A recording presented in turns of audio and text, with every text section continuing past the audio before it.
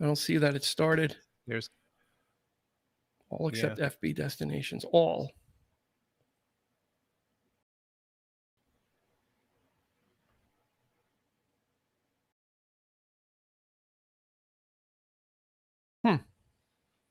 Oh, that's going to be the chat. Okay. All right. Let me try it again because we are live now, so it looks like we're ready to rock and roll. Okay. I think we're up and running. There we are. It's for real. Hello, Kelly. There she is. I think it should have started now, so if you can let me know. Hello. Sorry about that, everybody. Sorry for the delay. Minor technical difficulty. My fault. Hey, Jay and pals, how are you? Welcome. Yes. Welcome to our stream. Thank you for joining us. My name is Dean. This is Eric, and this is the 3324 podcast live with technical difficulties. So we've got it straightened out because we're doing our cross-platform stream today, first time on YouTube and on Facebook. So welcome everybody, one and all. And we did about eight minutes of chatting and BSing, and it wasn't going anywhere. Yeah, we could. So we've got fresh content. We could start over again. Really talk some deep stuff thoughts about people. Yeah, we could have deep thoughts. We really went in hard on some of our listeners, but I'm glad that Eric was able to calm himself down. Yeah, and take a drink and get himself under control. So we appreciate Earl Grey that. tea here. So welcome. Let's do some housekeeping, and if you are here, throw a hello in the chat. Let us know that you're here, and that will also get you an entry into our giveaway, which we'll go over as well. We've got a couple of items that we're going to give away. We're going to have some fun, but housekeeping first and foremost always is our new episode comes out tomorrow, and we are talking about the classic from 1991, and it's not Nirvana. Never mind. It is.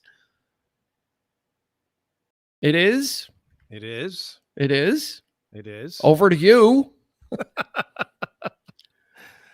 REM, correct? REM, Out of Time. Yeah, Out of Time. Good evening, Sean. Long time no see. So yeah, we will be discussing 1991 REM's classic Out of Time, an incredible album that really was one of the bright shining spots in a sea of grunge. And I mean music, I don't mean pollution, but in a sea of grunge and in that burgeoning music scene, REM released this fantastic, beautiful album, one of my favorite sounding albums of all time. It's just a fantastic one. So join us tomorrow for that, for REM Out of Time. And then every Monday, we've got our new shorter content that's available. That is a 3324 podcast quick hit, which is just really short, less than 10 minutes. We go over 2 fun facts or stories, music and movie related. John DeGoog. Hey, John, how are you? What's up, man? John, how are you? Thanks for joining us. Welcome to the 3324 podcast. Tonight, we're talking movies, and we're specifically going to talk about, and we want your feedback because I certainly have my list, but we want to hear your feedback about what sequels you thought were better than the originals, and to kind of whet everybody's appetite. Let's talk about the giveaways. Okay. Dwight, good evening. Hello. Hello, Dwight. So we got Funko Pop Fever, but we're not doing 2 pops. We're only going to do 1 pop and 1 other item. And it is related to tonight's conversation about sequels. So first thing is a Yoda pop. Right? How could you dispute possibly? I'm sure he may come up as one of the best sequels that was better than the original. I don't know. It could be, right? Yeah. Yoda. And then the grand prize is we're going to be giving away a Blu-ray copy of the Alien quadrilogy. Quadrilogy, not a trilogy, but that's 4. Quadrophenia. There it is. That is 4. So that is Alien, Aliens, Alien 3, and Alien Resurrections, which they could have stopped after. They should have stopped right there. I would have been fine with that. Those were all they don't pretty good. AVP or Prometheus or Alien Covenant, which I think you can get an 8 movie collection at this point, but why? I don't know. Why? Who wants it? It's a little much. Sick prizes. That's right. Sick prizes. We And they're got not sick ending prizes. there. There's a new TV show in the works, and somebody's making a new movie at some point. I don't know. Yeah, there's always something going on with the Alien franchise. Yep. Just to how do you enter? Well, if you've left a comment, you've already entered. And then what we will do is we'll put everybody's name into the randomizer like we did last week. Unfortunately, Dwight, since you won last week, we're going to ask you to sit out as far as prize winning this week. And Susan, if she shows up, at least give a week. We haven't ironed out the exact rules yet, but I think that's fair. And let somebody else have a chance. You know, I can't win either, so don't feel bad. Yeah, neither can I. So. But yeah, so new episode tomorrow, REM Out of Time, and new quick hit on Monday. And the quick hits will be every Monday, so you don't have to worry about that. So awesome. Let's get it started. Sequels that were better than the original. Now that's a tough nut to crack. It is. Because usually if something is worthy of a sequel, it had to have been something pretty special to begin with. Oh, geez. That's right. It usually is something that either was going to be expected to be a blockbuster film or something that was a small film that got really big. And then they decided, let's kind of cash in on this and make some more money. So I certainly have a list and I'm sure Eric has his list. So let's hear from. Hello, Andy. How are you? Kai, how are you? Hello, Yoda Pop. Yoda Pop. Yoda Pop. Is she calling that? Is she calling you that? Is she calling you that? Dwight's already getting ahead of the game. He's rolling on this already. Uh-oh. Godfather T2 Lord of the Rings. So so he's saying Godfather 2 is better than the original. Would you agree or disagree? It's very, very close. Brando. I think it's more ambitious than the first. The first one was pretty big, but I think, because of the way it kind of flashes back to, Vito's childhood and all that. But I don't know. No James Caan. I'm a sucker. Yeah, that's exactly James Caan. You can't beat the cast from the first one. Even though De Niro's in the second. But De Niro wasn't De Niro yet. I mean, he was still like a fledgling actor. He was, right, but still, but to have De Niro and Pacino, kind of sort of like contrasting their lives as it's sort of a running parallel kind of thing. It was, so Coppola was trying to get all really clever with it, and but and again, like I said, it was a lot more ambitious, so it was certainly a worthy follow up. But I still have a soft spot for the first. So what do you think? Oh, you haven't even seen these films, right? Did you? Oops! Hey, shut up! Didn't you say you never saw the? Dwight's like, what? No, I've never seen any of the Godfather films in their entirety. Heard it here first, folks. Dean has never Young De Niro tops an older Caan. I don't know. Caan. Oh, come on, James Caan in that movie. He was. I don't know. That's a tough one. I'm going to stay out of it, but I'm guessing everyone, Grady, if you want to jump on in this, I'm going to think that the first Godfather was just, in that case, was going to be the better one. Now Dwight also kind of throws another one out there. He throws a lot of them out there. T2. Now there's a case. Yeah. I used to. There's a case. I used to think so, but I used to think that T2 was better than Terminator. I still prefer the first one. Really? I do. Really? I do.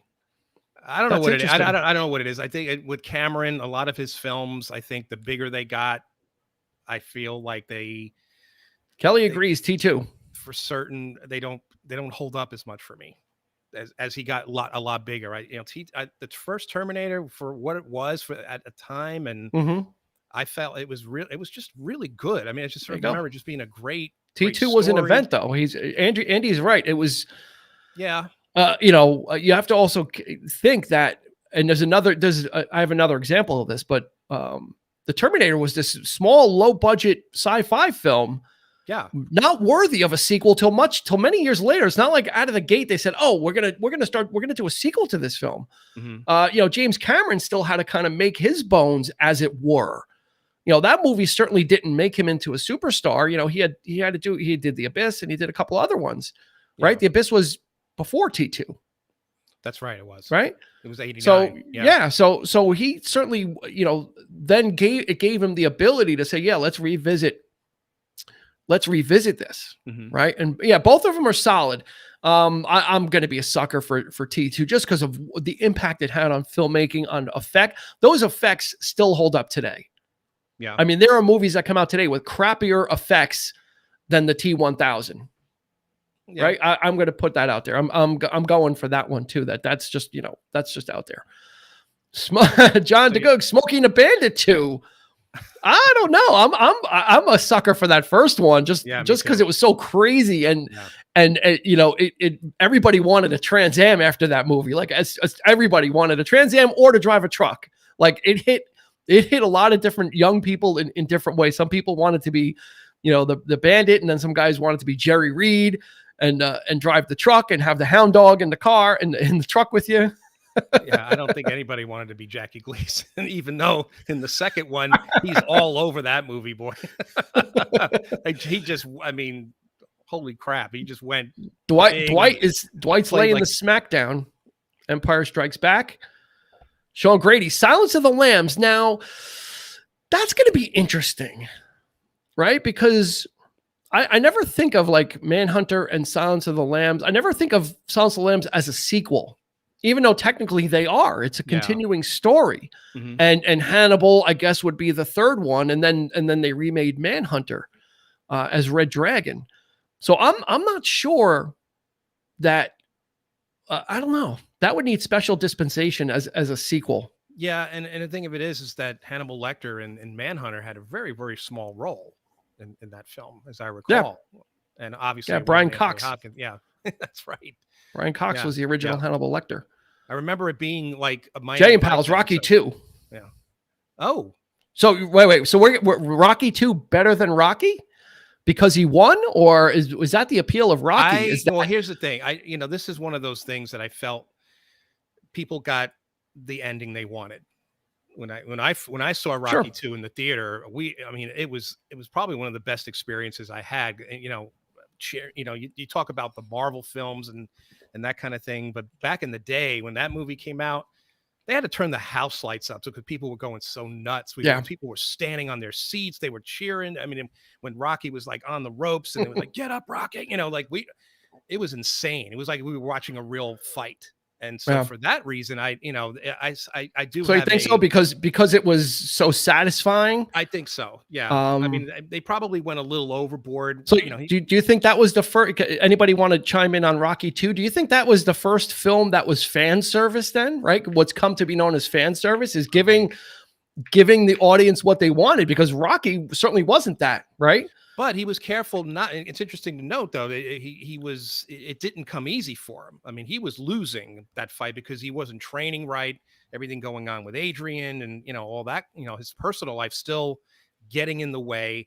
So it was well written in that sense. He didn't just come in and it was an easy victory for him. It was I'm going to go with Rocky 3. I love that movie. Of course. Yeah. That would be a good contender as well. That was like absolutely. the hero's fall, the hero's journey, the hero's fall. And then he comes back and then, running on the beach and just dancing and hugging and him and Apollo, like Eye of the Tiger. It's like those close-ups of those. Yeah. The shorts. We lived all that back then. We lived it. We loved it.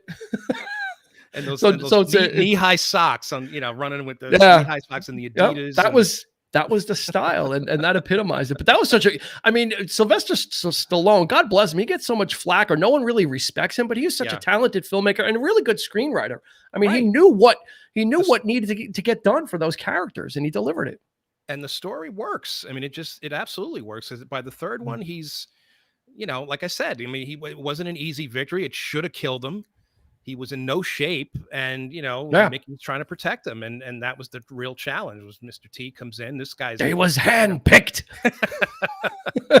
and this guy was I mean, I love the fight in Rocky 3, especially the first one when you see Mr. T start throwing those punches, man. Oh yeah, that was like, I mean, he can. Oh my he's God, like dropping bombs. Oh my God, yeah.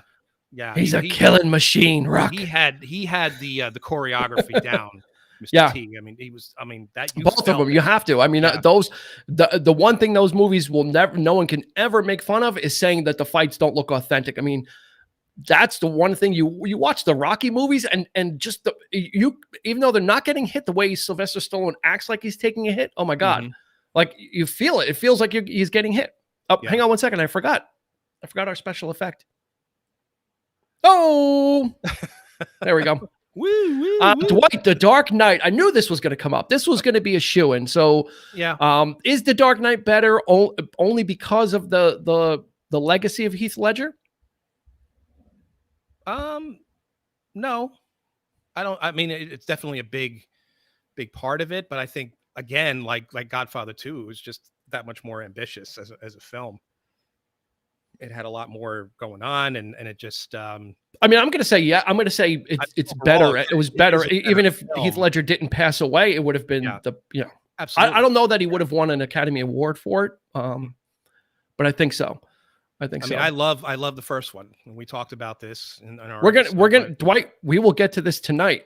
Movies worse than the original or ruin a franchise. Favorite movie rendition of the Joker, honestly. Yeah, Jay. I mean, we could do a. We probably could do a show just about the Jokers, like the different portrayals of Joker, and what the differences were, because pretty much, Heath Ledger and Joaquin Phoenix pretty much proved that if you can do it right, you'll get an Academy Award. Andy says The Dark Knight is the best of the Nolan trilogy. Yeah, it absolutely is. I've voiced my problems with it, Christian Bale, but I've realized that it's done, I think, for a reason. There's a purpose to it, and upon repeated viewings, it is the strongest. Oh yeah, even though as much I love the first one, but yeah. And Sean Grady wins the internet with the sequel that was better than the original, Evil Dead 2. This is on my list. Yeah. It was on my list too. And this is a funny thing. Evil Dead 2, and I have another movie that's similar. Evil Dead 2 is basically a remake of Evil Dead. Like they got the bigger budget to take another crack at it. So essentially they kind of remade Evil Dead, and they just did it better, faster, smarter, stronger. It was like the $6 Million Man of movies, and funnier. Yeah, they were able to remake it. It was supposed to be horror, and it was really campy. It was horrible. So so I think Sam Raimi said, okay, let's have some fun with this, and and it was ridiculously campy, but on purpose, and it worked. It absolutely worked. And then of course leading into Army of Darkness, which was brilliant. It had an even bigger budget. Yeah. So and it just went even. It went into Three Stooges territory. So it went from horror to horror comedy to comedy horror. And Zach Cooper says it feels like a crime film. Like he's talking about Dark Knight. I know Heat was a big influence on it, but it feels grounded in reality for a superhero film. Absolutely, that was the thing about the Nolan films is they were in like kind of. It wasn't so we've talked about this on our Batman Begins. It was not as stylized as the Tim Burton stuff, where it's like Batman in an Addams Family set or Addams Family cartoon. The Nolan stuff is firmly in reality with villains or adversaries that are kind of a little more grounded in reality as well. So the other movie I have on my list where the sequel was better, but it was basically a remake. Can you guess? I think we saw it together. Or maybe I saw it with Johnny. I'm not sure. I was hysterically laughing. I was loving this film. I still love it. And I was just dying when I saw it. And it's not a comedy. What kind of has comedy elements, but not a comedy. It's not a comedy. But I was laughing not because it was bad. Okay, I'm Desperado. Okay. Yeah, Desperado was basically a remake of El Mariachi, which Robert Rodriguez, if you ever read a book, it's called Rebel Without a Crew. It's the story about him filming El Mariachi, literally recording audio on audio cassettes, and all this crazy stuff he had to do to get the film made. And then that kind of was like a independent film darling, right? Yeah. Kind of gave him his wherewithal to make another film. So he makes Desperado, which is essentially a sequel, but it's kind of a remake as well. Yeah. And God, do I love Desperado. Yeah, I know you do. That over the top together. I think we saw all three of us. Did? Yeah, I think so. Yeah, I remember from the scene in the bar when he puts the gun into the guy's stomach and fires, and the guy goes flying across the bar. I was dying. I was like, this is I'm in on this. Like as soon as the stuff went over the top, the action, I went in on it. Yep. What do you have? What do you have on your list? There's a couple. Let me see. I have 1, 2, I have 3 that have not been mentioned yet. Okay, I have actually I have one that it's part of a trilogy like Desperado, and it's certainly the best of the 3. But if you really want to count it as a sequel to, I don't know if you really, I mean, it's 3 separate stories with the same character, and that has to go to The Good, the Bad, and the Ugly. Fistful of the Dollars trilogy, Fistful of Dollars. Then yeah, if it's the same. More, same character. Yeah, if it's the same character, then I'm going to say yes. If you're going to say there's any continuity to these 3 films, The Good, the Bad, and the Ugly is actually a prequel, because this takes place before the events in Fistful of Dollars and the other one. So because the second one deals with Lee Van Cleef as a good guy or another bounty hunter, and he was a colonel in the Civil War. Now, The Good, the Bad, and the Ugly takes place during the Civil War. So. But it's certainly the best and the most ambitious of the 3, the longest, the biggest budget. If it's still not a big, huge budget, but bigger than the other 2. Yeah. And certainly one of the greatest films of all time, So we'll give it to you. We'll give it to you. Eric will always go back in time. He'll go to the older stuff because he knows no one is digging in that part of the yard. And Andy says, I absolutely love Desperado. It was one of the last movies that allowed itself to be cool without apologizing. It was just so over the top and just, and then when he calls Campa and Kino and they come with the guitar cases and it was just like, oh my God. And he's got the missile launcher, and the other guy spraying who's the original El Mariachi. I'm expecting. And he's spraying everybody with the bullets out of the guitar case, and they're just lighting up the whole place. Missile, it's like a missile launcher. Yeah. I'm expecting he goes to down, see, and I want to see at least a smattering of some of this in the Book of Boba Fett. I'm really hoping that Rodriguez really he says this show is mind blowing. He gave us a little bit in his Mandalorian episode. I mean, we definitely got some of that. Like I said, in the Mandalorian episode he directed, you had stormtroopers getting their skulls cracked open, boulders being rolled on them, and they're screaming. I'm down for that. I am totally down for some. Okay, here's a good one that John has. Now I've got a question about this. Okay. Now, are we talking Patriot games as being better than Hunt for October? Right? That's hard. Right? Because that's what we're talking is Hunt for October, Patriot games, and then Clear and Present Danger. It was the first Jack Ryan film. Yeah. I prefer Interesting. Hunt for October. I love Harrison Ford. Obviously, I love Clear and Present Danger. Actually, I really hit that one. Well, I like all 3, but you got a chip in the big game. You're going to keep that chip in your pocket. Mr. President, Yeah. But that's an interesting one because you not only do you have a sequel to a really popular film, you've got a new actor taking over the role, which is very different. A very different actor taking over the role. Yeah. Harrison Ford has like the punching in the face like down pat at this point.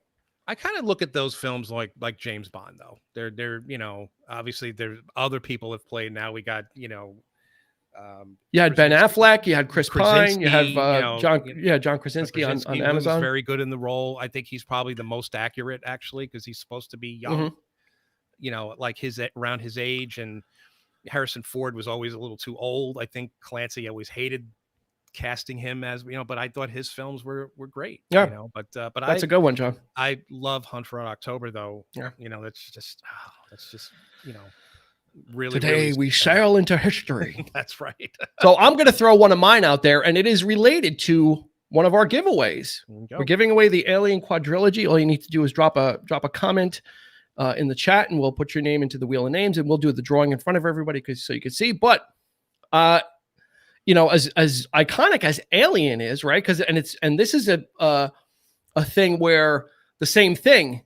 The sequel, thoughts of a sequel wasn't thought about until much later. And who do they get to do it? James Cameron. James Cameron. And he totally turns Alien on its head. He makes, you know, something that was an atmospheric horror film, not knowing where everything is. He took it and made it into this smart action film. Mm-hmm. Yeah, it's a combat movie. It's good Lord. I mean, the first one was more or less a haunted house movie, right? Or almost like a Hitchcock film in a sense, because it was like the suspense of it, the mood, you know. But yeah, this thing, he took it to a whole new level with this thing, and it still maintained the suspense too. I mean, suspense and the horror aspect. Yeah, probably even more so because we got to see some things we didn't get to see in the first. And but yeah, I mean, it was bigger, badder.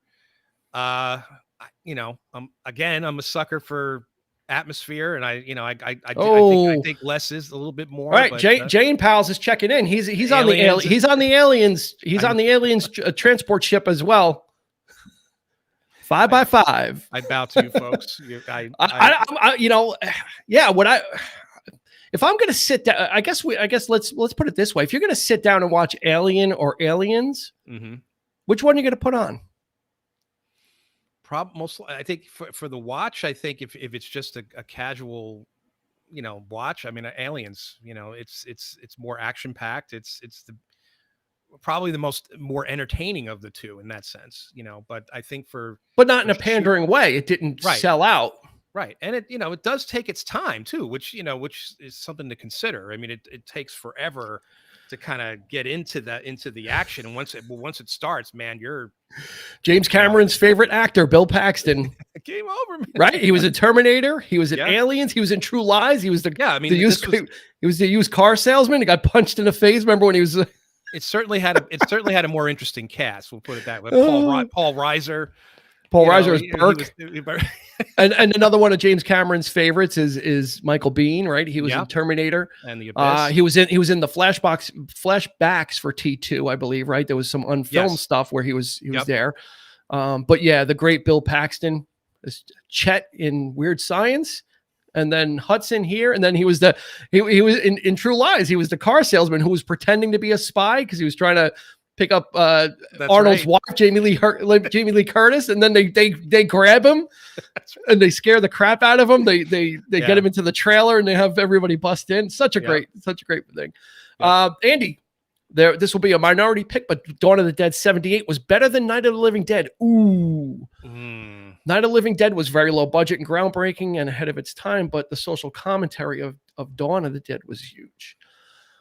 That's a tough one too, because there was a long time between these. And I saw Night of the Living Dead when I was very young, probably at an age when I should not have. And honestly, and it gave me a lot of nightmares. I had a big problem with that film because I saw it when I was really young at the library. They screened it, and when they used to show movies like downstairs, and I was like, oh my God. We'll probably touch upon more about this in he was also Halloween. in Titanic. Yep. Bill Paxton was also in Titanic. You're right. Thank you for that. Extra credit from James Cameron. Chet. Always going back. And of course, we can't forget Bill Paxton for his turn as Morgan Earp in Tombstone. Yeah, in Tombstone. You're the one, Wyatt. You're the one. I think like Alien and Aliens, though, Andy. I think it's Night of the Living Dead is definitely the scarier of the two. I think the second one is more of a horror, sort of shock horror aspect. It's obviously gorier and that kind of thing. So Jay, it's two different tones again. So and filmmaking had changed greatly in between. Yeah, I mean, right? It was like a totally different thing. it's very easy to Yeah. pick one over the other, you know. So That's a tough one. That's a good one. Yeah. Jay and Pals. This is, oh boy, he's going to cause some controversy here. Back to the Future 2 was much more imaginative than the first one, in my opinion, mainly because at the time we didn't know what 2015 was going to be like, and going back in time to stop Biff was fun. Interesting take on that. Right? It had a lot more. It was. I remember the first time I saw the film in the theater, and I don't remember who it was I saw it with, but this is, you know, obviously this is before Endgame, you know, so they, you know, when I when I saw Endgame, and I was amazed at how much they actually do rip off Back to the Future. Well, you know, they have to. They, you know, right. So it's a time heist. But it blew my mind when they actually, I mean, the future part of it was not my cup of tea. You know, it was kind of goofy, and I hated the makeup and all that stuff. But they're dog piling on. Back to the Future 2 is better. Oh boy. But when they went back to 50, when they went back to the 50s, and you see, you know, they're playing with themselves, like what? You know, and they're doing, what are they doing? They're watching themselves. You know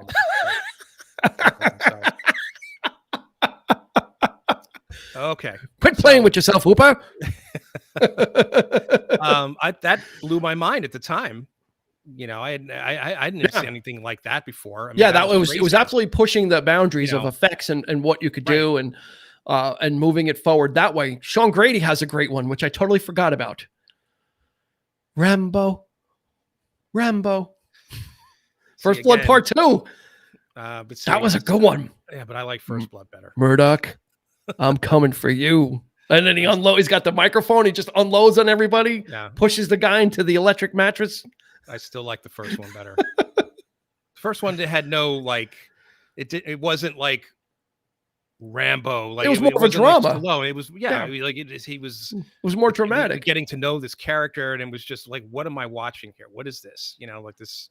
What, Rambo 2? No, the first one. Oh, first one. Okay, yeah. Because Rambo 2, I can tell you, of course, I can tell you what you were watching. Yeah, you were watching exploding arrows in Rambo 2 and blowing up the guy with the arrow, and what mean expendable? It's just one of those. Yeah, Rambo 2 was a great film, and that kind of also, again, Stallone just knew how to. He really had the magic touch back then. I mean, he was just doing film after film, like going between the Rocky character and then creating the Rambo character. Did anybody say Lethal Weapon 2 yet? Not until now, Christy. So you're wait. Christy. This is a tough one. So you're saying that Lethal Weapon 2 was better than Lethal Weapon? I'm going to agree with Christy on this one. Really? I had a really good time with that film in the theater. Really? Yep. The only thing I think that Lethal Weapon 2 would have the edge is because it has Cheer Down at the end by George Harrison with Jeff Lynne. Just putting that out there. But otherwise, Lethal Weapon is, the first one was just, it set the mold for that type of film. Well, it really did. Of course. And it's, I mean, yeah, it was taking the buddy cop thing to all new heights and stuff. But by the time, by the time it got the second one, it really knew what it was doing. Like Richard Donner, like he found the pulse. It was the comedic element. It was that chemistry between the two, and it works so much better in the second. And of course, bringing Joe Pesci in was a stroke of genius. So that. Well, I think I'm going to compare that to First Blood and to these two films. Is the first Lethal Weapon was not big on over the top action. It was more serious. It was more dramatic. It kind of had some more of a serious edge. And then they add Leo in, and Leo Getz and all that kind of stuff. So I'm sorry, I have to stand on Lethal Weapon. It's just, I mean, I love the first one. Don't get me wrong, but I think I just had a really great time with the second. I mean, by the time you get to the third and the fourth one, I don't even remember the fourth one. I see. As soon as you mentioned Donner, here it comes. Yeah. Speaking of Donner, Superman 2 was better than 1. It's What do you think? I agree because diplomatic immunity. You can't beat Zod in that film. Yeah, kneel Terrence before Stamp. Zod. I mean, it's just You can't beat him, so you have to kneel before him. it was. I mean, I wish Richard Donner had done it, and I don't particularly like his cut when the way they released it, because obviously it wasn't really finished, and it was kind of horrible, like the way they put it together, sort of haphazardly. But I think overall, there were some things I was kind of scratching my head in Superman 2. Like, I didn't realize that Superman could do half the things he did in the film. Well, there you go. He's Superman. That's why. Throw a thing off his chest, and it just why not? What is that? A piece of plastic? I don't know where that came from. It's dangerous. Coming from Superman, it's dangerous. Dwight's going to win the internet part 2 because he got one off my list. Okay. And this is the for me, this is the Terminator T2 comparison. Yeah. Is where did it go? Here it is. The Road Warrior. Yeah. Right? Mad Max was this little film that no one really heard of, very cultish even at the time. I remember seeing The Road Warrior in the theater, not knowing that it was a sequel to anything, not knowing anything about it. I went and I was absolutely I was absolutely equal parts horrified, mesmerized, and amazed at the film. It was just something to see that in the theater when it first came out. It was graphic. It was brutal. There was a lot of different adjectives, but it was just an amazing film. Here's the question now. Then, what is Fury Road better than Road Warrior? Nothing's better than Road Warrior. Okay, I thought you got the feral kid throwing the boomerang. Yeah, you got Lord Humongous. Did you see Fury Road? Not all of it. Okay, I thought it was brilliant. And it wasn't something that I was really looking to to kind of revisit. But when I saw it, it was like, holy, this is crazy. Yeah, no doubt. Good. It was really well done. It actually it revitalized George Miller's career too. I mean, he was doing Babe and Babe 2 and Happy Feet, and then he comes roaring back with Mad Max Fury Road. And they're trying to make a Furiosa film. They were trying to work on that in a separate thing for Charlize Theron. We won't speak of the third one. I thought that was absolutely. I was so excited to see that, and I remember seeing. I remember you guys saw it, and then you actually dragged me to see that film, and I'm like, "What the? This is not that good." We walked out. It was like, and I think at that point you realized that when you saw it the second time, you're like, I needed verification how horrible it was. Best movie sequel, Sharknado 2. Oh, you sure it's not Sharknado versus Megasaur Tyranna Octopus? That sci-fi, they just keep they just keep knocking out the Sharknados, and then they have them battling Kelly, dude, laugh out loud, Sharknado. Pterodactyl and versus Sharknado, and everybody's fighting the Sharknado. If one man will not kneel before you, who is this imbecile? Where is he? Getting back to Superman 2. Yeah, it's a brilliant scene. I've got one more, and no one has brought it up, and I'm surprised you haven't. Now let's kind of get into what our second giveaway is, because we hadn't really talked about it. Dwight kind of threw it out there, and I kind of glossed over it. Right? Which is, and this is one of our giveaways. So all you need to do is leave a comment to be entered. Empire Strikes Back. Empire Strikes Back. Now, is it better than the original? Yeah, let's see if we can get some votes in the chat. Yeah, let's get some feedback on that one. This is it's hard. It's easy to say it is. Let me put it to you that way. I think the easy answer is say Empire is better. But let's like Lee J. Cobb said in 12 Angry Men, give me reasons. Give me reasons. And you say I go back old school. 12 Angry Men. All right, so we've got one saying no. You know what I mean? New Hope. Know what I mean? Yeah. So we've got Jack J and Pal saying no. New Hope is the one. So there's one for Star Wars. Ping. Well, here's the thing. Here's what I think. I mean, Empire to me is not. I can't really count it as a complete film, because it kind of leaves you hanging. And then the follow-up is Return of the Jedi, which is kind of, 8-year-old Sean Grady thought it was better. arguably the weakest of the three, so you kind of Which was Jedi? Return of the Jedi, right? Yeah. So so Empire kind of falls in there, and it's dark, and it's it certainly builds the characters, and it has that, and it has, of course, I am your father, and So there you go. I think Andy's paraphrasing what you're saying, right? Is absolutely, complete yeah, story changed the world. Empire right. wasn't complete, and then in such a huge bummer. But I think that's why everybody, I think that's why everybody latches on to Empire as being better, because it was a movie that dared to end on a down note where, Han Solo was frozen and Luke got defeated by Vader, and no one knew. It wasn't the happy ending that you normally get sequel after sequel. It was written as a cliffhanger, which is not sure I still feel that way. See, 8-year-old Sean thought Empire was better. The smarter adult Sean knows that Star Wars is better. Star Wars, it's kind of like you could take that film away, away from the entire saga, all the stuff we got, and it works on its own. It kind of drops you into this situation. Does it? I mean, yeah, it was more of an experimental. Does a sequel have to work on its own to be better than the original? Can it be? I mean, most sequels are world building anyway, right? And universe building. So, I mean, isn't that the whole point of it? Well, is to build. The first one. I'm talking about Star. No, I get that, but I'm saying isn't that the point though of a sequel, is to continue that? And in this case, it was constructed to have a finish to the story, but Boba Fett.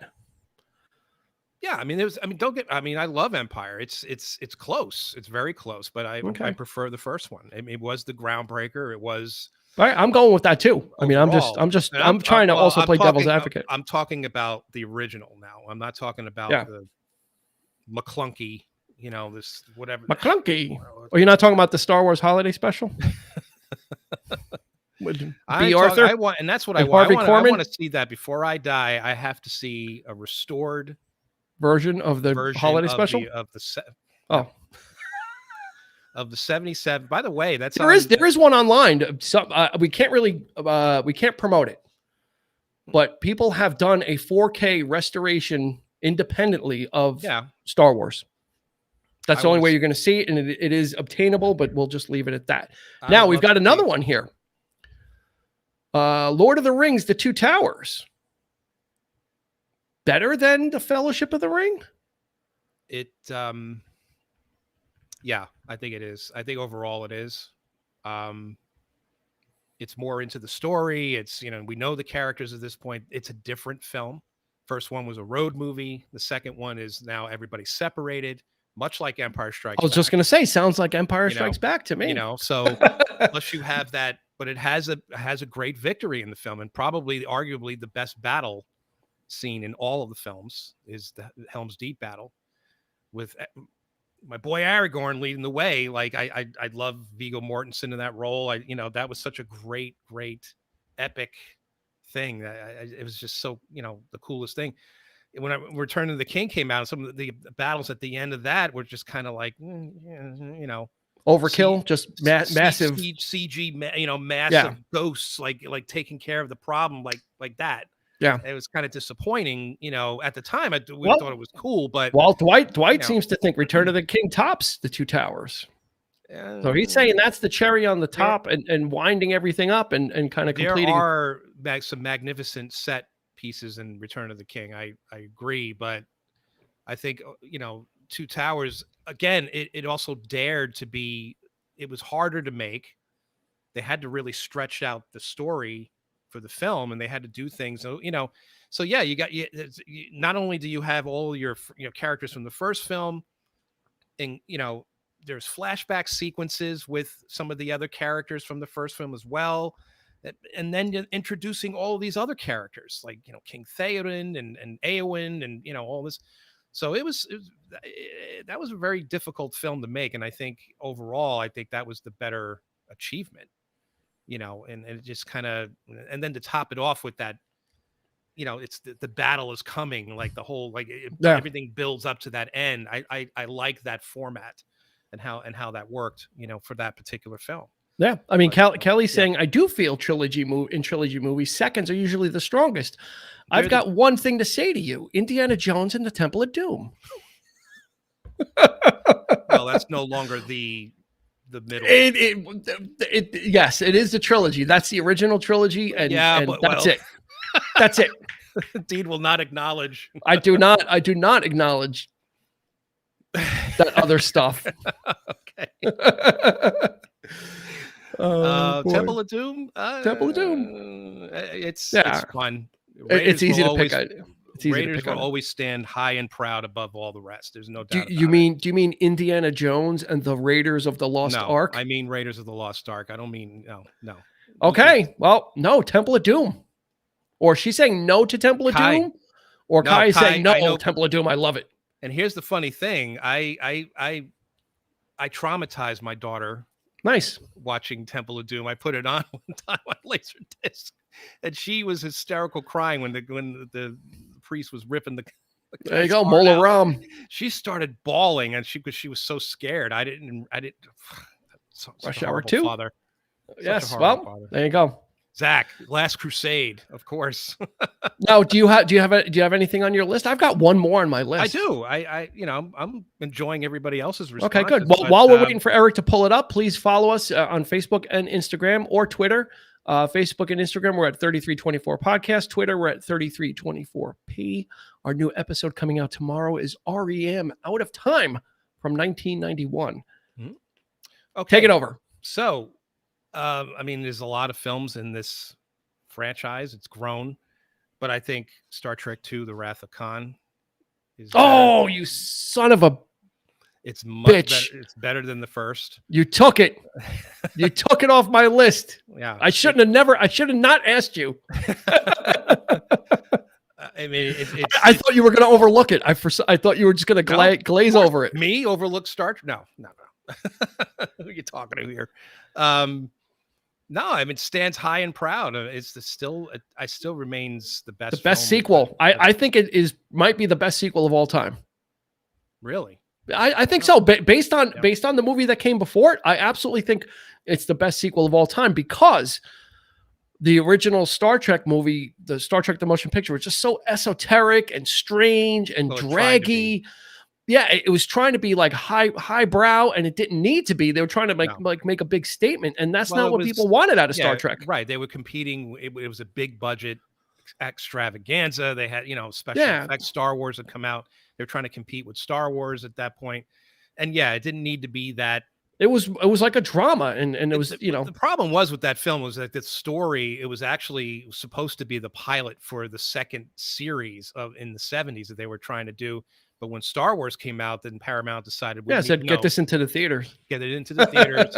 And there wasn't enough story there to really make it a good film. There wasn't nearly enough character development or even, just. Yeah, it was just like stuff. It was just stuff that happened in the film, and then they get to Star Trek 2 and they caught the secret sauce. They found the recipe. It's definitely, and less is more there, right? It's all about the characters. It's about, getting deep and where they're at, and there you go. Don't remember the original Star Trek because Wrath of Khan was more memorable. Yeah, I mean, it played like a feature-length episode, which in itself was a sequel.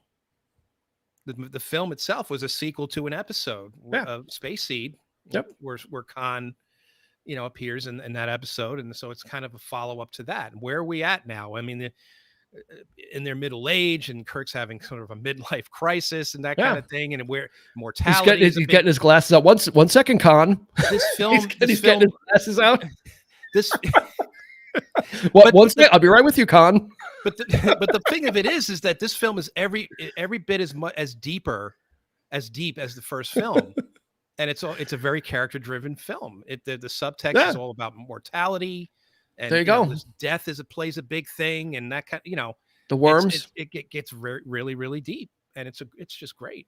And then it goes on and builds like this nice little trilogy on its own with 3 and 4. Yeah, I love that arc of. Absolutely. It kind of reset. It kind of, they were able to make a course correction in pretty short order. Yeah.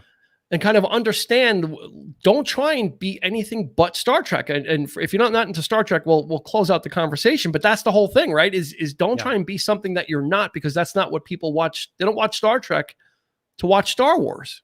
Yeah. Have you read I watched Milton, Captain Zach? Yeah. So yeah, I don't, they kind of,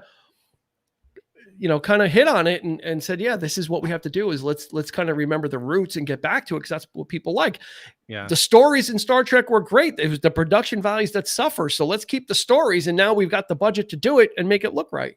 Raiders was good. Last Crusade kind of felt same as Raiders, honestly. Yes, but that's why it was so good. That's why Last Crusade was so good, because Temple of Doom was just so strange and bizarre, and a lot of shouting from Kate Capshaw, and it was just kind of like, short round. It just didn't really work. Didn't work for me as much. My two sons, Zach loves the father-son story. Return of the Jedi is his favorite Star Wars film, so there's this kind of a recurring theme running there. So he's basically saying he wants you to cut his hand off. But Jake loves the weird stuff, because he actually liked Crystal Skull too. So he goes for the weird and the bizarre. Yeah. So that's nothing wrong with that. Nothing wrong with that. I'm cool with that. Nothing wrong with that.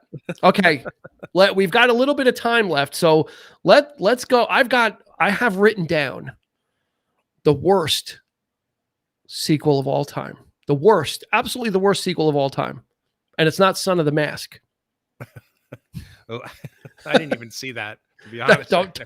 No one did, which is exactly the point.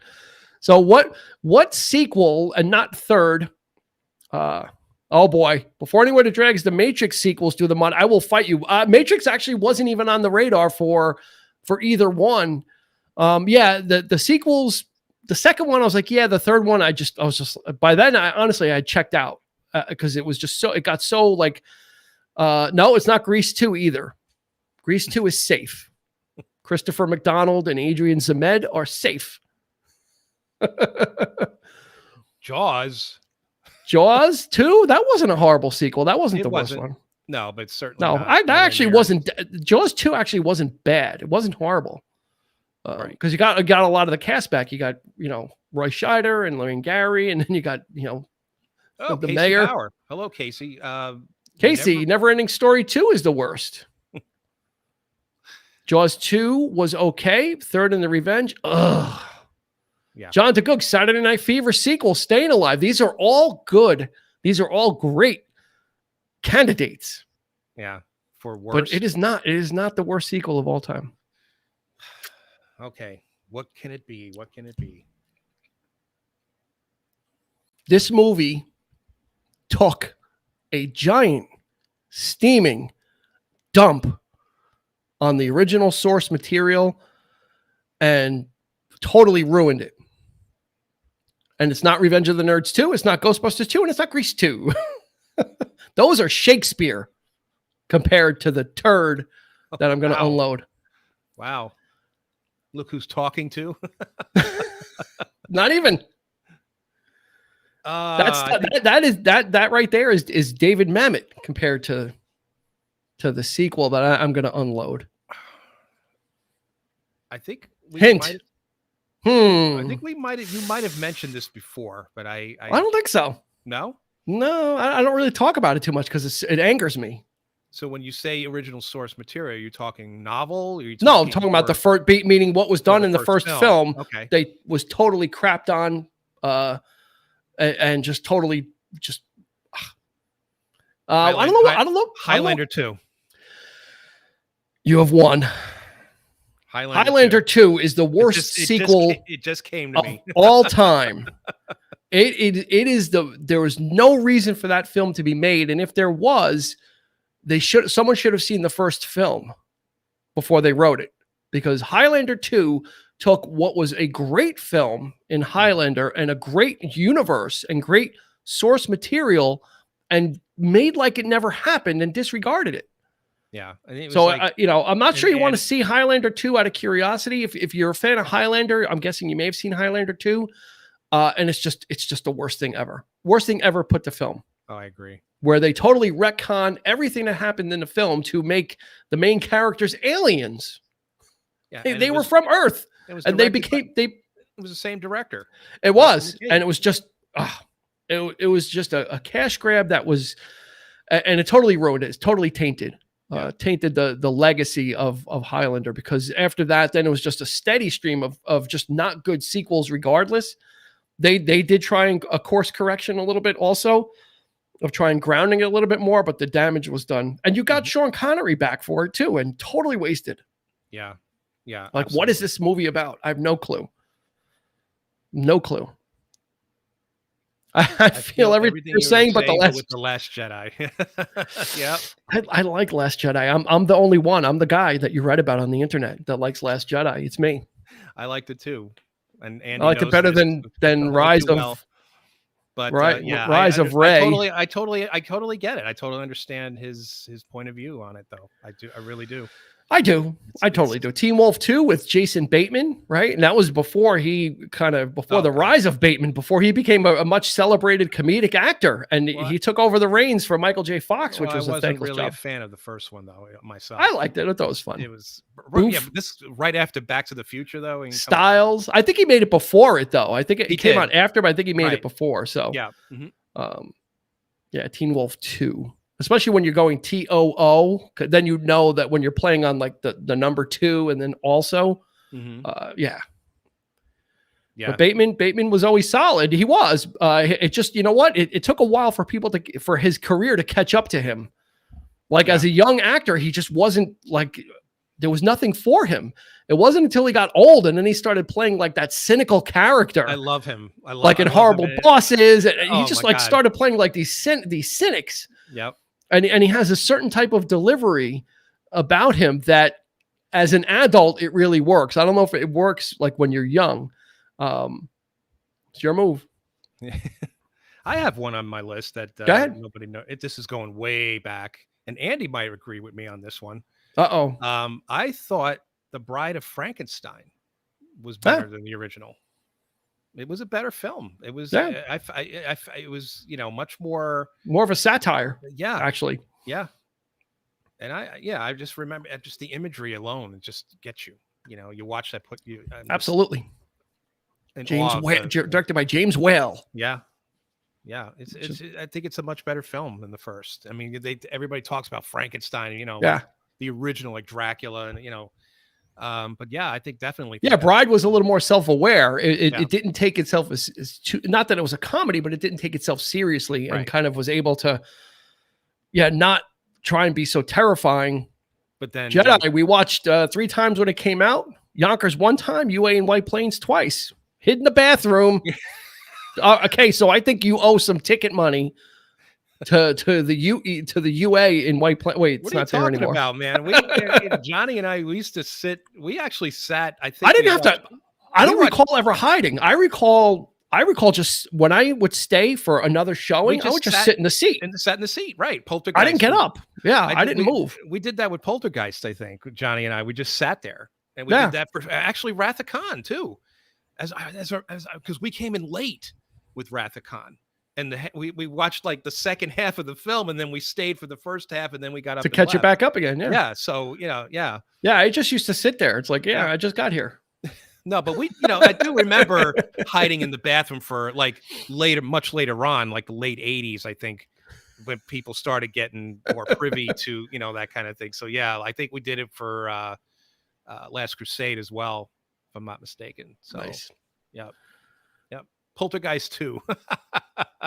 There you go.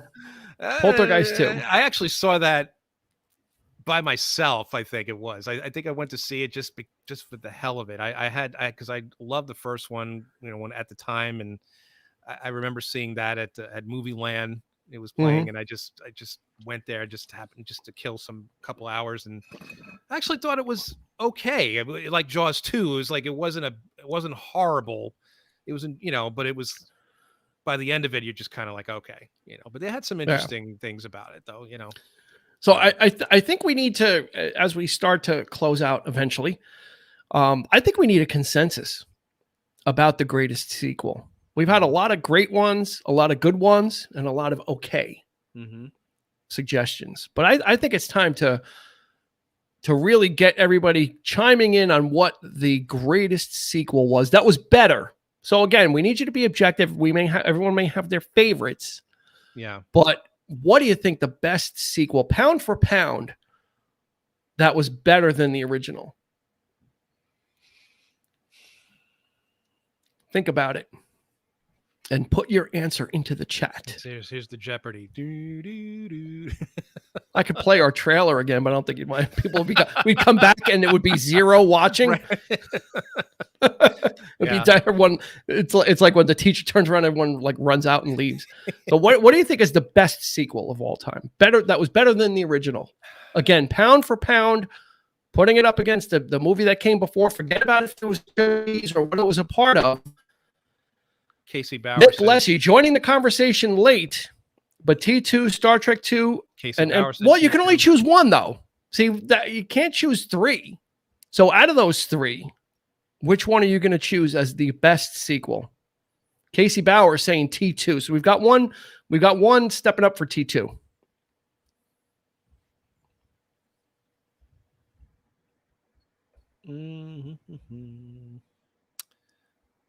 Anybody else?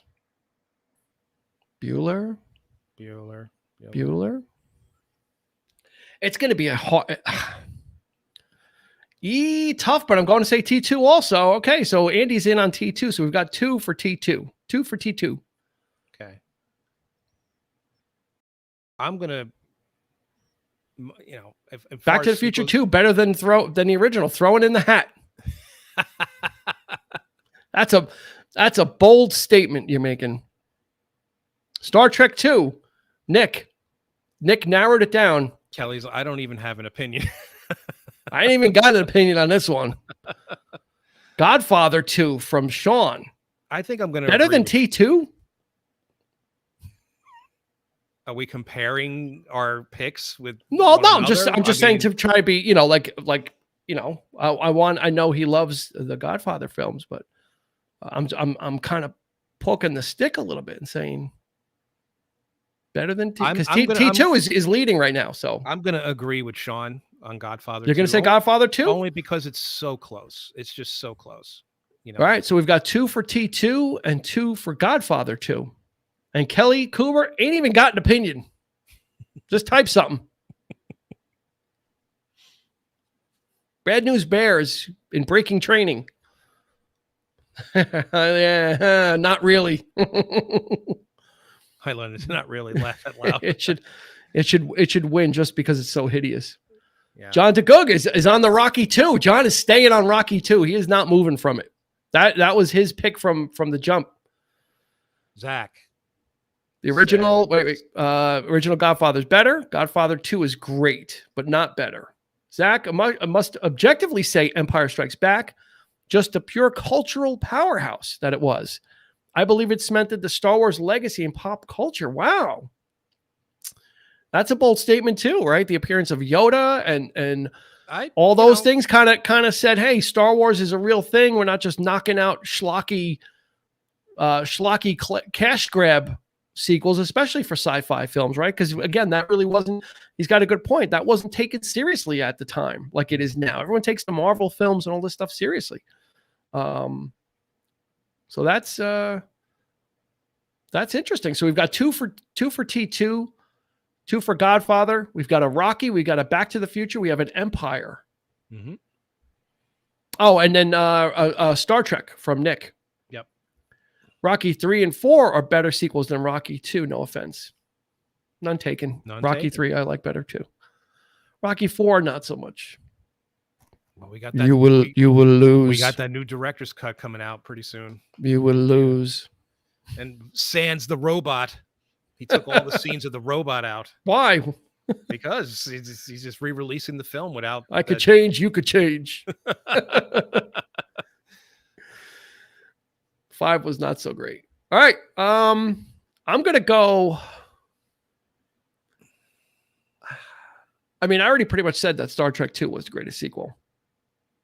It's a good choice. And I think it was. I think Yeah, even if you don't like the Star Trek films, I think it's one that's an easy watch for people that may not like Star Trek films. You don't have to know a lot about it also to catch up. So it's not it's one of the ones where it's a sequel but doesn't pick up on the last story, which is nice because it stands on its own, which is kind of nice. It's got a cliffhanger though. It's almost a slight reboot in a sense. Like they kind of went back into the drawing board and, and so it feels like you don't have to have seen, you didn't have to see the first movie to so you can just kind of get in on this and not feel like you're missing something. Everything's well explained. Also, the maroon space suits, right? That was the new captains, the new suit, the new garb that they wore too, with those cuffed pants and the high boots. Next Gen would do it. That trend would continue with Next Gen too, because First Contact was a much better film than Generations. So there that kind of the second of those Kirk's hair. That block. Yeah, Kirk's hair, the Shatner 2000. That's it. Yeah, I'm telling you, it was such a. Yeah, it was just It had like that intrigue. It had like the deception, trying to figure out how to beat Khan, who's unbeatable, and sauce for the goose, Mr. Savick. That's right. Such a great when they go into the nebula and no one can see and everything's even. It's I have to go watch that now. Mm-hmm. All right, I got that one. We're going to do that one. We need episode. Oh, absolutely. Yeah. We need a tiebreaker because right now we've got 2 Godfather 2s, we've got 2 T2s. We've got 2 Star Trek 2s. What's it going to be? Yours is the superior intellect. Yours is the superior intellect. Anybody want to break that tie and choose a Godfather, a T2, or okay, I'll vote. There it is. T2. Kelly. We pressured her into it. T2 is has been selected, unless someone else chimes in and really throws us off and reties it. But T2 has been selected by you as the greatest sequel of all time. And I can't. Dwight's coming in with Godfather 2. Now it's tied again. Now it's 3 for Godfather 2 and 3 for T2.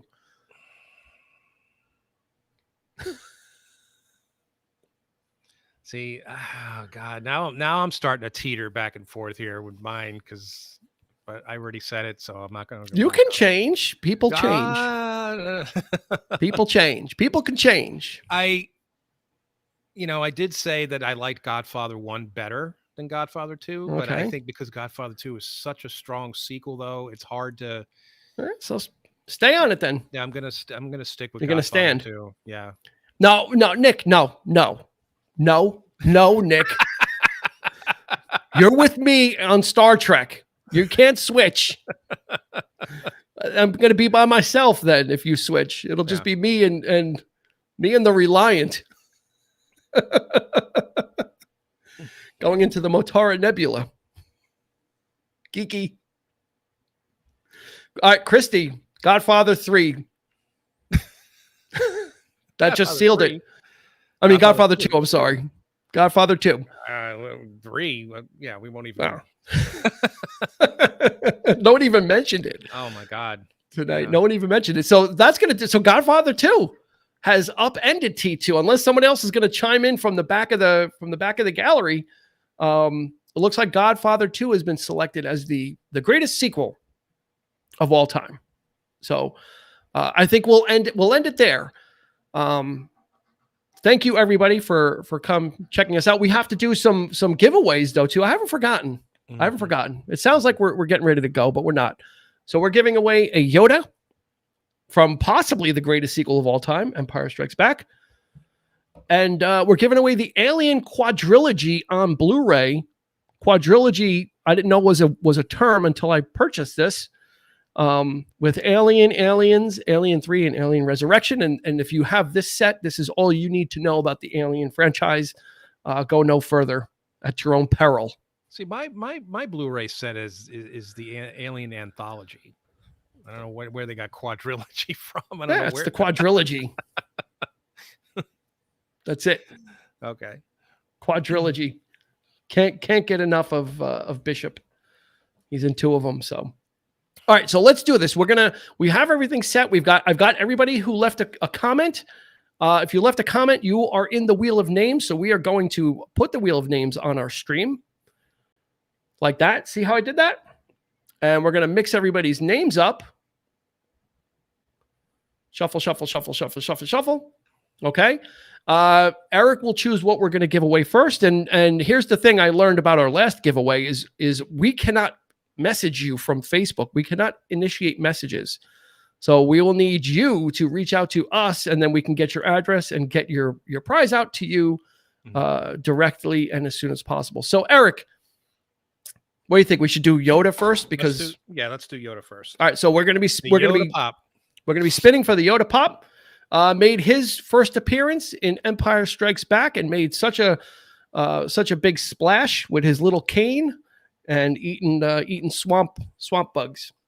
Adam Barish. Hello, Adam. Welcome. Very, very Where's last Adam? minute. Adam Barish. Lethal Weapon 2, he says. Adam. He came in at the last second. At the last for second. Lethal Weapon Welcome. 2. We're going to add Adam's name to the list for our giveaway. And we're going to shuffle this list again. We are giving away for Adam's benefit. He just got here. We're giving away a Yoda Pop for his appearance in Empire Strikes Back. And as a second one, we're giving away 2 gifts, and we're giving away the Alien Quadrilogy on Blu-ray. So if you're a winner, we will ask you to reach out to us on Facebook so we can get your information and get that out in the mail. So we are spinning first for our friend Yoda and his nephew Grogu. We're going to do that right now. Here we go. Ready? And we're spinning. And the recipient of the Yoda, look at that. He came in and who is it? John DeGoog. Congrats, John. Going to need to get your address so we can get this out to you. So just hit us up on Facebook. Congratulations to John. And we're going to remove him since he won. Adam was a close right there. We're going to shuffle up the names again. And this will be for the Alien Quadrilogy on Blu-ray, which is good. If you don't have a Blu-ray player, well, you'll have to give it away to somebody. Here we go. We're spinning for Alien Quadrilogy. Who's it going to be? It is another one on the squeaker. Christy L. won the Alien Quadrilogy on Blu-ray. So reach out to us and give us your information, and we will get it out to you directly. That was fun. I love the sound effects to that thing. The awesome. Spinning. And then the applause at the end. That's it's like cool. Wheel of Fortune. Yoda man, John. Yoda man. Yeah. Absolutely. So here's the last plugs before we let you go. Tomorrow, our latest episode, REM Out of Time, the great album from 1991. Eric and I discussed that. It's one of my favorites. I'll give you a little hint. It's one of the best sounding albums of all time, in my opinion, just as far as sound goes. Oh my God, it just sounds so gorgeous. But join us tomorrow for that. New episodes, new full-length episodes every Thursday. Every Monday, we've got new content. It's shorter. It's less than 10 minutes. It's called the 3324 Quick Hit. And that's where we take 2 separate stories, one about music and one film related, kind of behind the scenes or just some quirky, fun information. And we kind of present that in a quick bite to help tide you over in case if, like Eric said, you can't get enough of us. We need to whet your appetite. And that's what that is for. Yeah. It's great. And Dean, it's 2 episodes up now, and 2 episodes up. We're rocking and rolling. Yeah. And we've got since we're into September. Oh, and also some other housekeeping. We will be going to regular every other week shows. So you can count on us as long as there's no doctor's appointments or anything going like that. But no doctors I know are around at 8:00 anyway, so I'm good. But our plan is to do it every other week. We're going to continue the giveaways, which I think is fun, and it's a fun way to kind of engage as well and get some swag out there. And then we've got a great fun month planned in October. We're going to be celebrating Halloween. We're going to be pretty much doing movies for every episode. All month long. Month long. And then we're going to also have some fun on our shows. We're working out some fun details of something that's very interactive that everybody can participate in. And of course, there'll be giveaways as well. Yep. That's going to be great. Yeah. So thanks everybody for checking in with us. We appreciate it. Again, new episode tomorrow. Hit us up. Twitter, I just started getting active on Twitter. So if you're on Twitter and you follow us, you can tweet there. Thanks to everybody that showed up on YouTube. We appreciate that as well. So important and so great that we're expanding our reach. And we tried it tonight and we had a little hiccup in the beginning, but we got that straightened out. So thanks to everybody joining us on YouTube as well. Let us know how that worked and how that stream was. That would be great to get some feedback there. So Eric, do you have any parting words or parting shots at sequels? No, I just want to thank everybody for joining in. And as always, we appreciate your comments, your feedback, and just keep it coming, guys. You know, we really thank you, John. It. Yeah.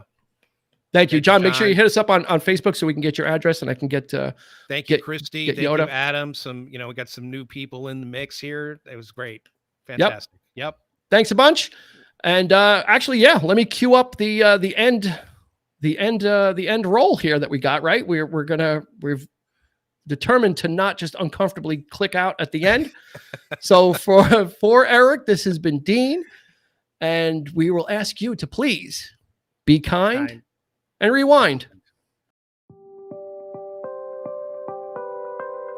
You've been listening to the 3324 podcast with Dean Legiro and Eric Kuber. You can find us on your favorite podcast provider, so please like, subscribe, and rate to become a part of the 3324 family. Your feedback is important, so make sure to follow us on Instagram and Facebook at 3324 podcast and on Twitter at 3324p to join the conversation.